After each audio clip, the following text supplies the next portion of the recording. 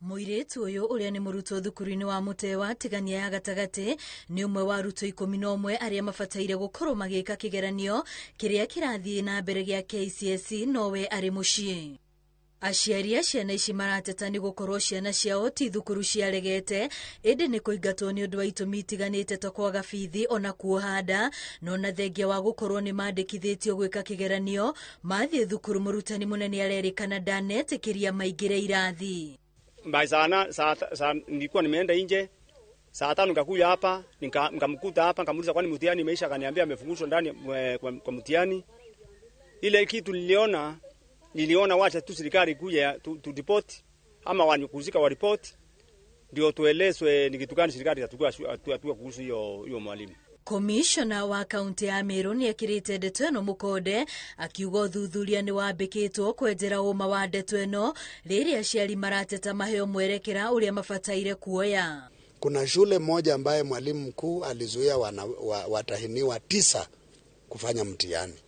Alafu kuna shule nyingine nilikuwa nimeelezwa watahiniwa 4 hawakufanya mtihani. So uchunguzi unaendelea na hatua zinazohitajika zitachukuliwa. Kama kuna wengine huko chini ni habari ambazo hazijanifikia.